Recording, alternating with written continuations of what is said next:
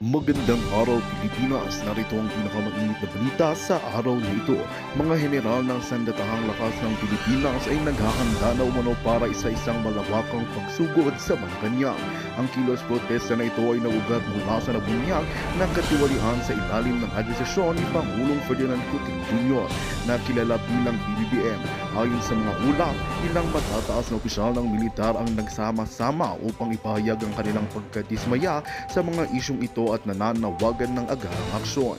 Ayon sa mga insider, natataranta ngayon ang Pangulo na si Cuting dahil sa mabilis na pagkalat ng impormasyon tungkol sa mga sinasabing katiwalian.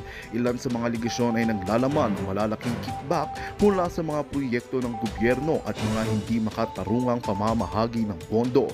Sa kabila ng mga hakbang ng administrasyon upang itago ang mga ito, tila lumalabas na ang katotohanan na nagbunsod ng galit at pagkilos ng mga general. Patuloy ang pagsubaybay ng publiko sa mga susunod na hakbang ng administrasyon at ng mga general. Sa ngayon, nagbabala ang ilang mga eksperto na maaaring magkaroon ng malawakang kaguluhan kung hindi agad maayos ang sitwasyon. Inaasahan ang ilang malaking pagtitipon sa mga susunod na araw kung saan ipapahayag ng mga general ang kanilang mga hinain at posibleng mga hakbangin upang itama ang mga maling nagawa. Samantala, umaasa ang mamamayang Pilipino na magkakaroon ng kapayapaan at katarungan sa kabila ng mga hamong ito. At yan nga ang balitang ating pagkakatutukan. Ngunit bagong lahat, siguraduhin mag-subscribe at i-hit ang notification bell para sa patuloy na pagtutok sa mga sulyap ng bagong balita sa tunay na boses ng masa.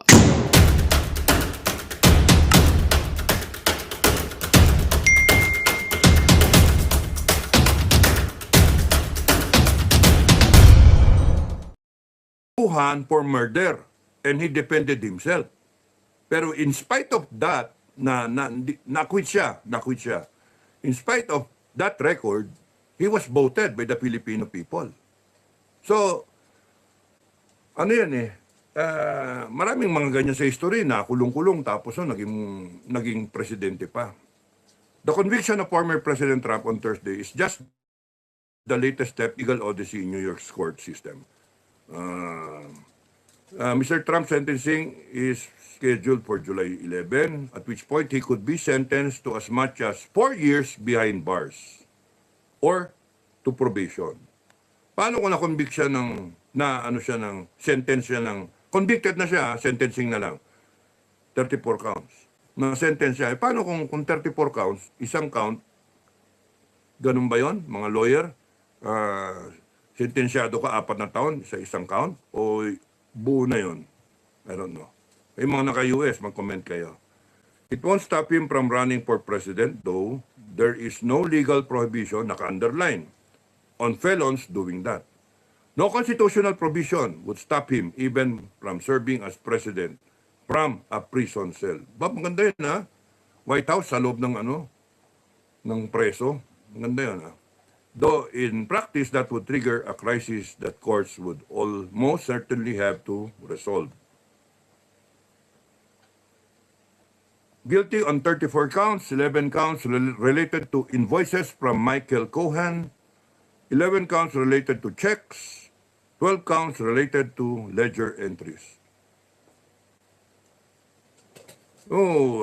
Former President Trump faced 34 felony charges of falsifying business records related to the reimbursement of hush money paid to the porn star Stormy Daniels in order to cover up a sex scandal around the 2016 presidential election. Okay. So, yung mga nakupo, sila Biden, na siyempre nakapag-exert sila ng pressure para itong kalaban nila ma-neutralize. Pero hindi naman man-neutralize ng basta-basta yan Kasi kung titignan niyo yung polls ngayon, ang laki na lamang niya. So maganda panoorin. Makakaupo ba siya o hindi? Magkakagulo ba? As a result ng kunyari nanalo siya. Pero doon muna tayo sa sentencing sa July 11. No? Imagine Kaya kailangan ni Biden yung gera. Yan, dinagdag na, no? Kailangan ni Biden yung gera sa Asia. Para gulo-gulo na. May Europe, yung tignan nyo ha, yung kakampi ng ano ng China na Russia, ano busy sa Ukraine. Pinagtulungan siya and then na-dedrain na siya, no? At saan mo tignan yun personnel, military men at saka yung ano tawag dito? Yung military equipment. Humingi na nga siya ng tulong sa sa Iran tsaka sa China. Ngayon, so yung possible na ally ng China nandun sa problemado. Yung possible na ally dito sa Middle East, Iran, ito na, ginigera na ng pwede pang mag-escalate yon, no? Israel-Iran. Yung South Korea at saka North Korea na lang. Yung dalawa na lang yon. Tatapatan ng North Korea na South Korea. Malakas si South Korea. Tapos, yung pinarm na alliance ng Amerika, nandyan ang Japan, kasama yung South Korea, nandyan yung Australia, at saka yung ibang countries, Pilipinas. Ano papel natin? Talagang manpower yung atin, ano? Parang ganun ang dating, proxy tayo. Sana wag kayo pumayag, no? BBM. Kung meron pa natitirang konting utak sa inyo, kung may natitirang konting utak, hindi pa natutuyo, no? Kakasinghot, no? How I wish na mali yung kwento, how I wish na hindi ka nagte-take ng droga, magpa-drug test ka kasi. Para tapos na, di ba? Yung hindi mo pag-drug test, BBM, mas naniniwala yung tao ngayon, karamihan naniniwala na nagte-take ka talaga ng droga, nagbabangag ka. Kaya uncertain yung taong bayan. Ako mismo, take it from me, no? Kaya it would help a lot, your government, your administration, and your person, no? Pati yung pagka-leader mo as commander-in-chief, it will help a lot. Automatic maging loyal sa iyo ang mga commander mo if magpa-drug test ka. Yun dapat Para mawala yung agam-agam. Wala yan. Kita mo, bola lang yan. Mali yung kwento na yan, di ba? Pero bakit a former President Duterte and a former PIDEA agent would say na meron talaga? Swerte mo, hindi pa lumilitaw yung ebidensya. Yung sinasabi ko, nililitaw pa yan, wala pa yan. Di pa June 30. Anak ng tokwa tayo. And so doing, yung politika natin, ang gulo-gulo. Nandyan yung nakawan, nandyan yung arugante, nandyan yung abuso. Pucha, saka nakakita na inimbitahan nyo lang si Morales para to shed light doon sa PIDEA leaks. Pucha, tapos ikukulong ninyo. Sisiraan ninyo yung pagkadampot. Mga walang niya kayo, Senado. Abuso kayo completely. Abusado kayo.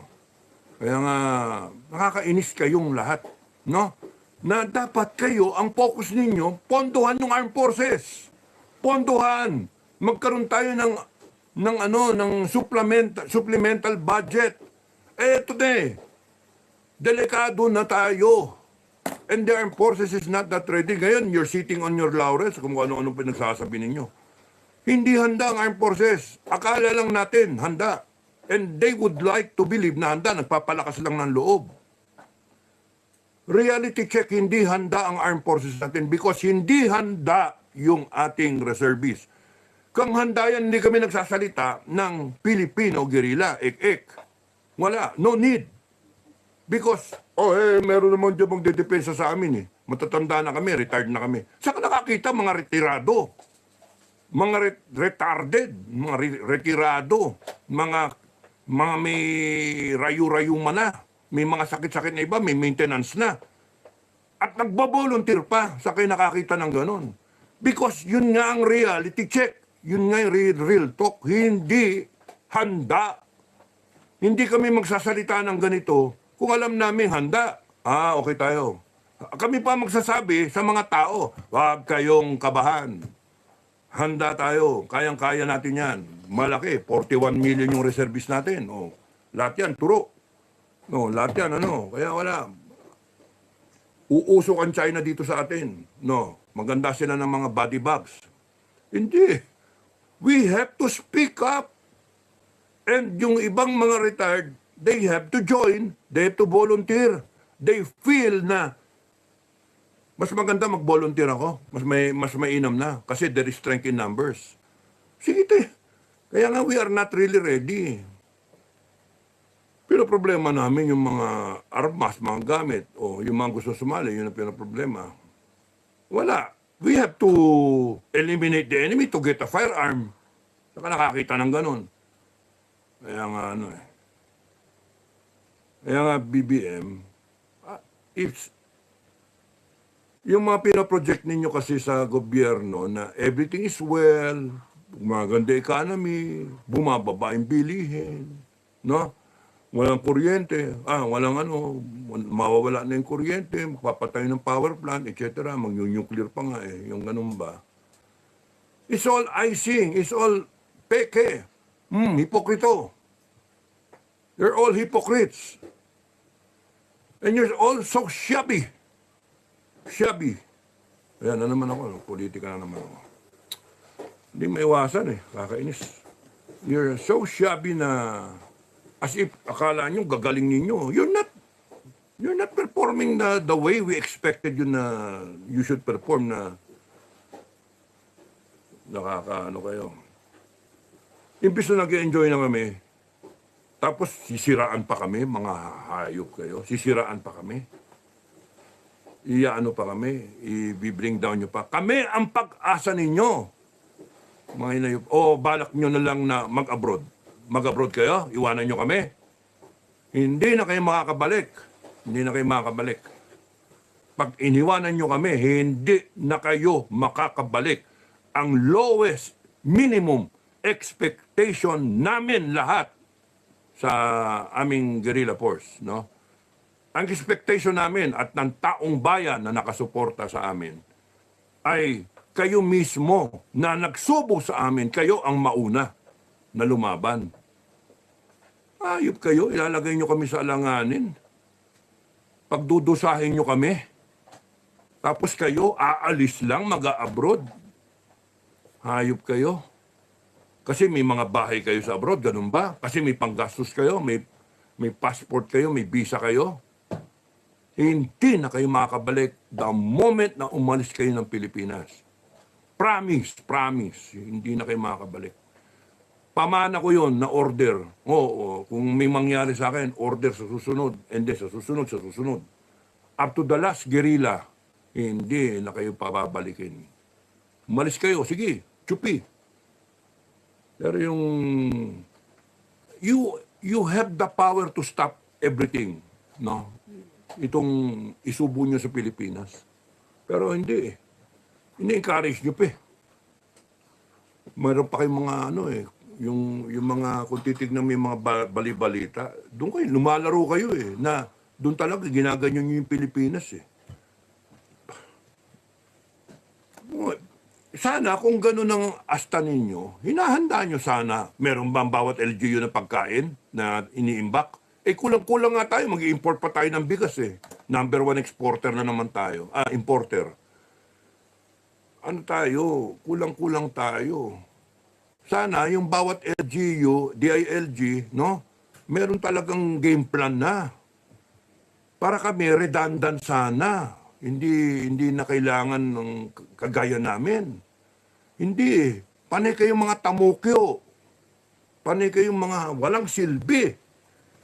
Saka nakakita, DLG, pupunuhin kita, DLG, saka nakakita yung nahuli na nag-road rage ng bumaril, ikaw pa magbi-briefing sa media. DLG secretary ka, kaya ng kapitan ng PNP yan, mag-briefing, kahit sarhento nga, mag-briefing sa harap ng media. Nahuli na po namin ito, ito po, ganyan-ganyan. Nakuha na namin yung baril, blah, blah, blah, whatever. Nakuha na, trace na namin, etc. Ito po yung nationality. DILG, ikaw magbi-briefing, ano ka, epal. Sorry, pero yun, alam nyo, may ano kayo, kulang kayo sa ano nyo, emotional quotient nyo. kulang kayo sa atensyon eh. Kinakailangan lagi kayo nandyan. Yung drug house, yung droga na 2 tonelada. Kita nyo nandun kay Presidente at DLG. Di ba kayo nahiya sa sarili nyo? No? Gawain pa ba yun ng mataas kayo? Kaya na ng kapitan yun. Kaya na ng sarhento yun. Hayaan nyo kahit umepal lang doon, ang Chief PNP. Hayaan nyo na, kanya yun. Pero yung aagawin nyo pa yung atensyon eh. Kayo pa yung epal, nakakahiya kayo. Wala kayong kwentang mga government official. Kulang kayo sa confidence sa sarili. Kulang kayo sa atensyon. Parang kinakailangan lagi kayo nandyan para mapansin kayo, para pumunto kayo. In so doing, lalo kayong nagiging gago sa paningin ng tao. Lalo kayo nagiging briefing ka, DILG. Bihira ka.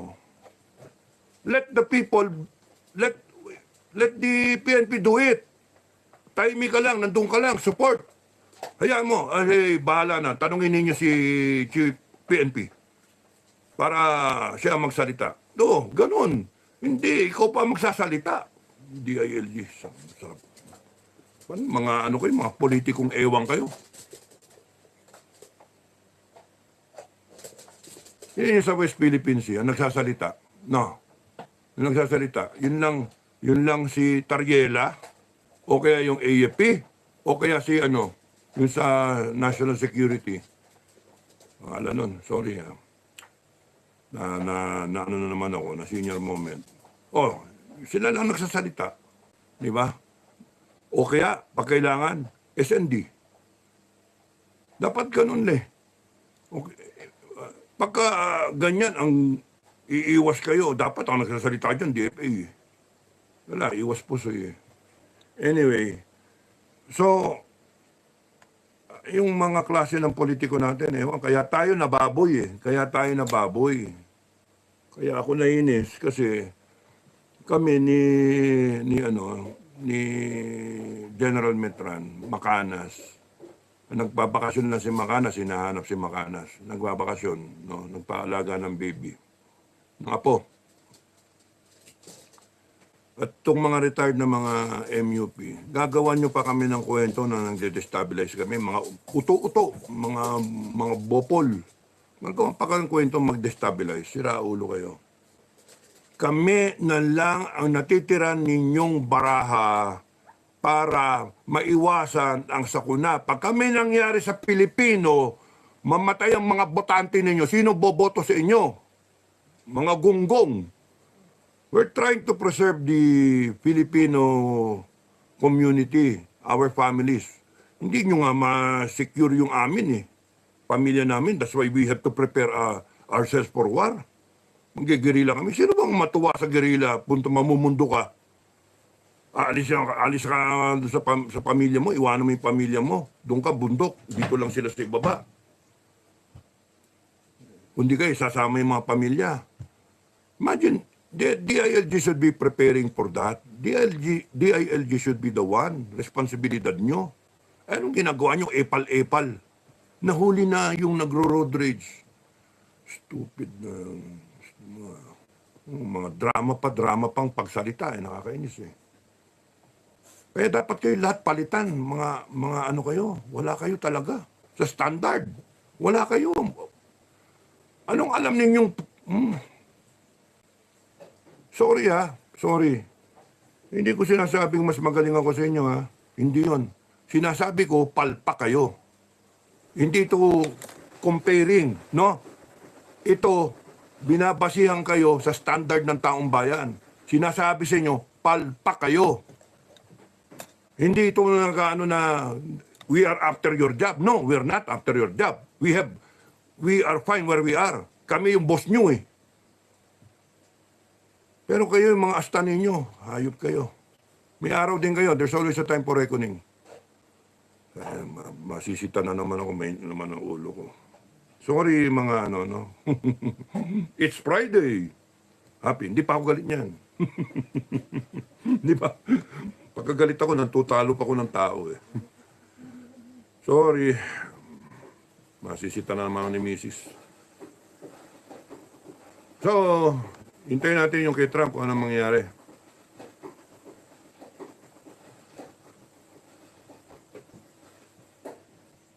Okay. So, hindi natin alam kung paano.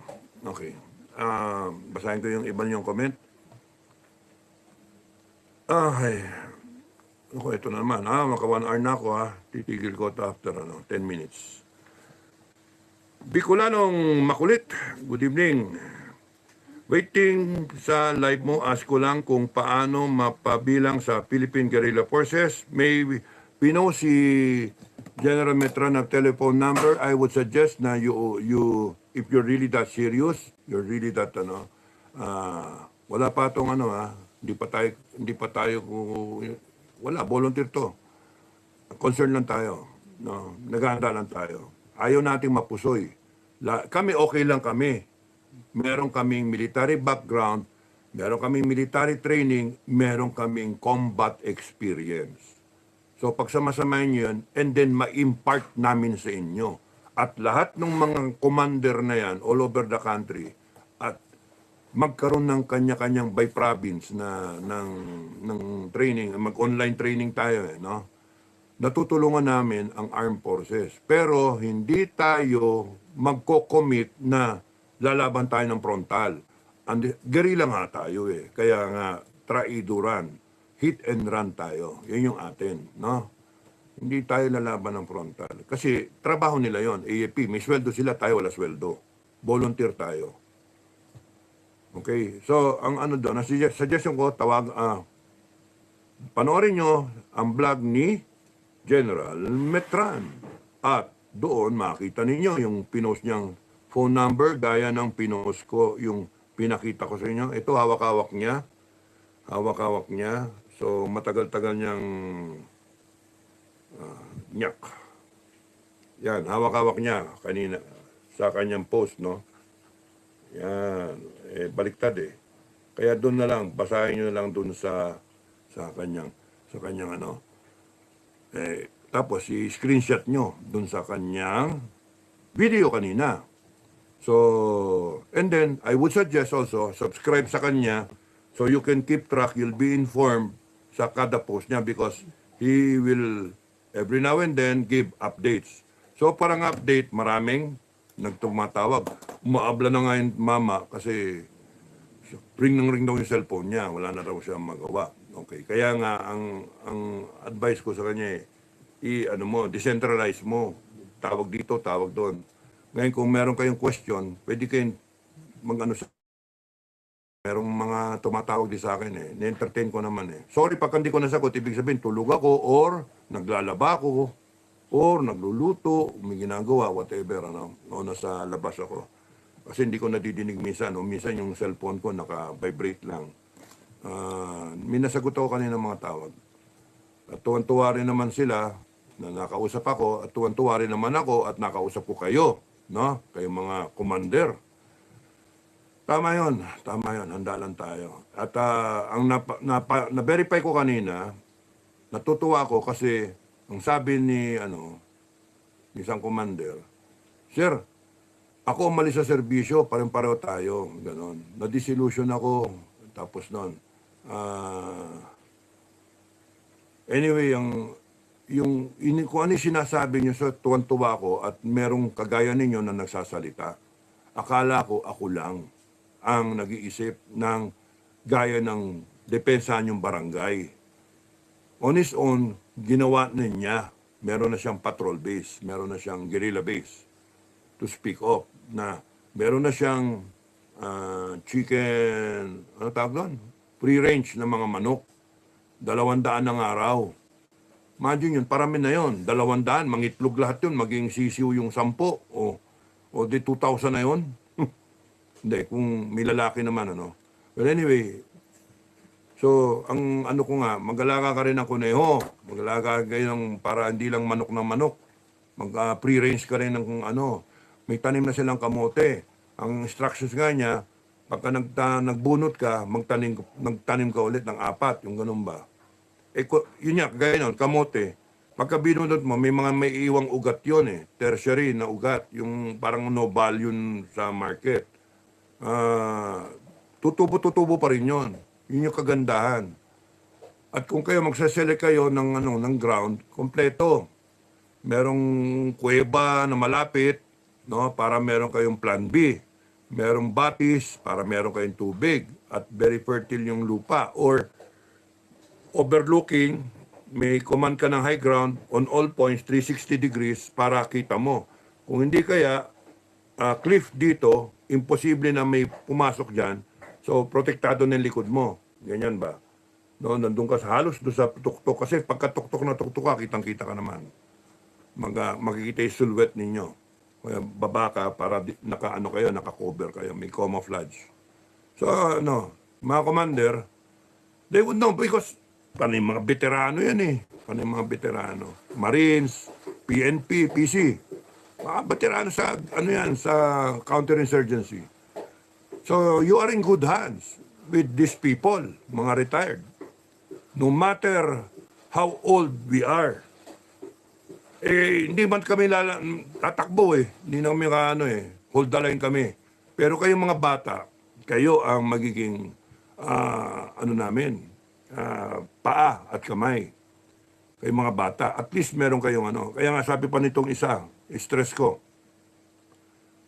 Sir, maganda yan sir na meron tayong guerrilla force. Kasi yung kabataan, yung mga kabataan natin, imbis na nagdodroga sir, na dito sa amin, 14 anyos nagdodroga na.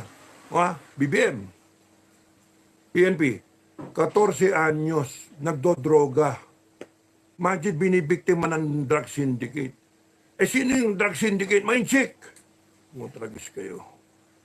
Kaya nga, parang tayo niluluto tayo ng nandito na sila, nakapogo, kundi ka businessman, kundi kaya mayor, kundi kaya yung kakahuli lang, 7, no? Illegal quarrying, no? Sipin mo yun, bakit, ano ba nangyari sa atin? Kasi corrupt, nababayaran, birth certificate nababayaran, immigration nababayaran, lahat nababayaran, LGU, barangay captain nababayaran, and so on and so forth.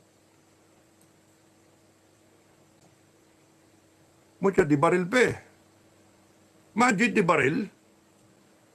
Ay, laban natin kung kunyari nandyan na sila, kung 1 milyon talaga sila, palagay nyo lang. And you cannot, PPNP, you cannot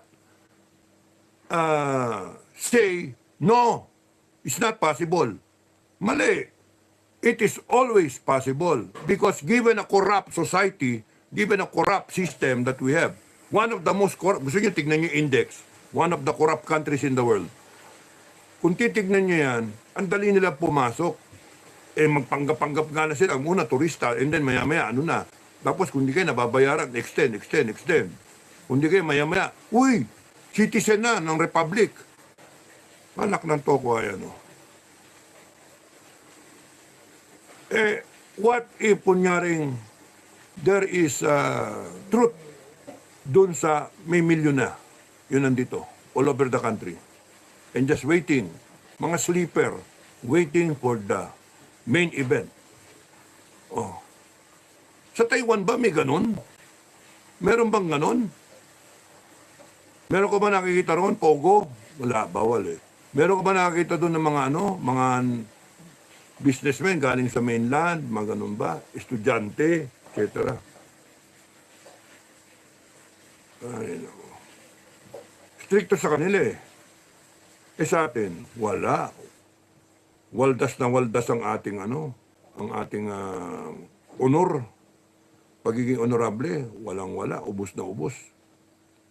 Bangkarote tayo sa pagiging honorable, panay mga kawatan, no? Kawatan yung itaas, kawatan lahat hanggang baba. So where do we stand? Ayun, again, that makes us credible. That makes us,